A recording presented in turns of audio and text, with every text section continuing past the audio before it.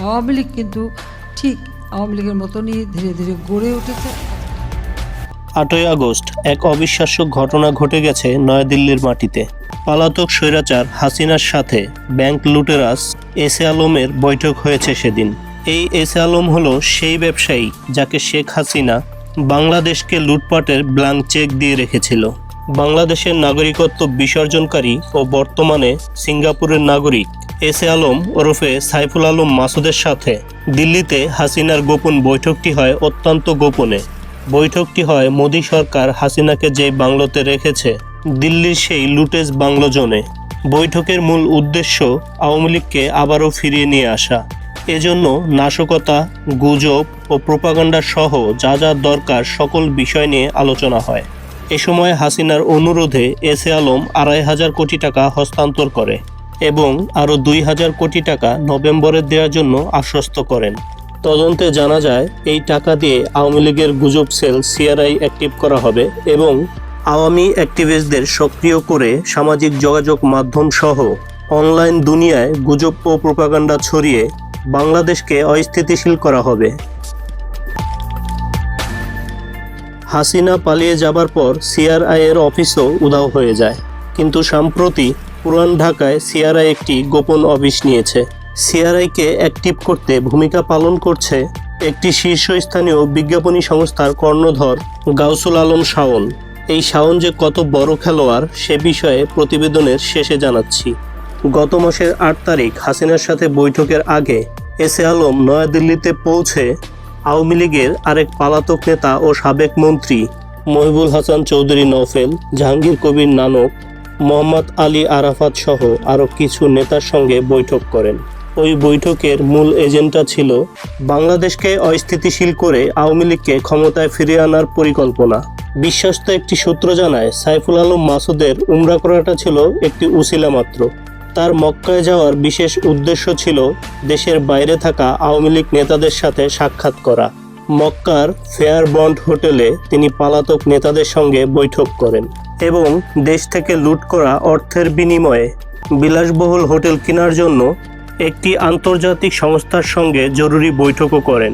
দেশবিরোধী বিভিন্ন পরিকল্পনা সাজানোর শেষে 4 আগস্ট এস এ আলম মদিনায় চলে যায় এবং ইলাফ আল তাকোয়া হোটেলে ওঠেন। সেখানে গিয়ে তিনি চট্টগ্রামের কিছু চিহ্নিত আওয়ামী ব্যবসায়ীদের সঙ্গে দেখা করেন এবং বিভিন্ন বিষয় নিয়ে আলোচনা করেন। তিনি 2 দিন মক্কায় অবস্থান করে 6 আগস্ট দুবাইতে চলে যান। একই দিনে তিনি দুবাই হয়ে ভারতের রাজধানী নয়াদিল্লিতে চলে যান। দিল্লিতে পৌঁছানোর পর তিনি উমেরায় হোটেলে অবস্থান করেন এবং ওই হোটেলেই পলাতক সাবেক মন্ত্রী মহিবুল হাসান চৌধুরী নফে, জাহাঙ্গীর কবির নানক, মোহাম্মদ আলী আরাফাত সহ আরও কিছু নেতাদের সঙ্গে বৈঠক করেন। এরপর 8ই আগস্ট মোবাইল ফোন এবং সকল ইলেকট্রনিক্স ডিভাইস রেখে এস এ আলম একটি নম্বর প্লেটবিহীন গাড়িতে চড়ে লুটিয়াস বাংলো জোনে অবস্থিত শেখ হাসিনার বাসভবনে চলে যান। বেলা 1টা থেকে সন্ধ্যা 6টা 27 মিনিট পর্যন্ত তিনি শেখ হাসিনার সঙ্গে বৈঠক করেন। ওই বৈঠকে ভারতের কয়েকজন উচ্চপদস্থ কর্মকর্তাও উপস্থিত ছিলেন। প্রাপ্ত তথ্য অনুযায়ী ওই বৈঠকে হাসিনা বাংলাদেশকে অস্থিতিশীল করতে এবং পুনরায় ক্ষমতায় আসতে 4,500 কোটি টাকা চান, যা এস এ আলম দিতে সম্মত হন।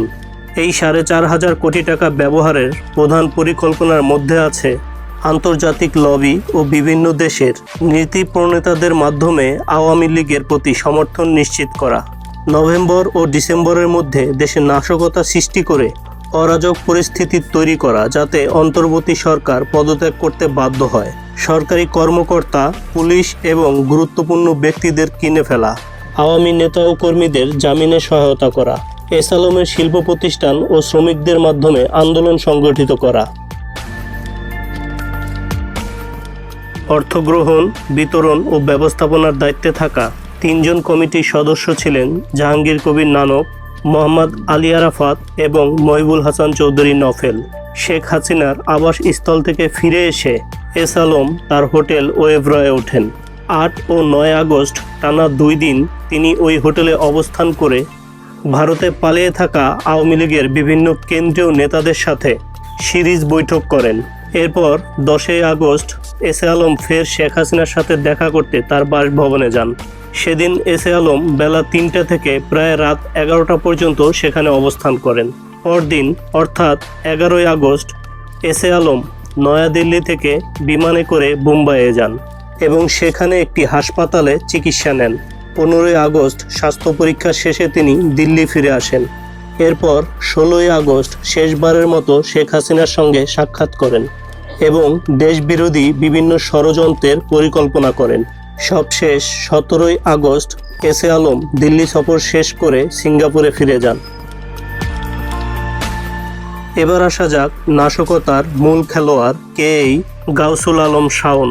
2001 সালে আওয়ামী লীগের রাজনৈতিক গবেষণা প্রতিষ্ঠান centre for research of information বা সংক্ষেপে সিআরআই 2024 সালে 5ই আগস্টের পর রাতারাতি উধাও হয়ে যায়।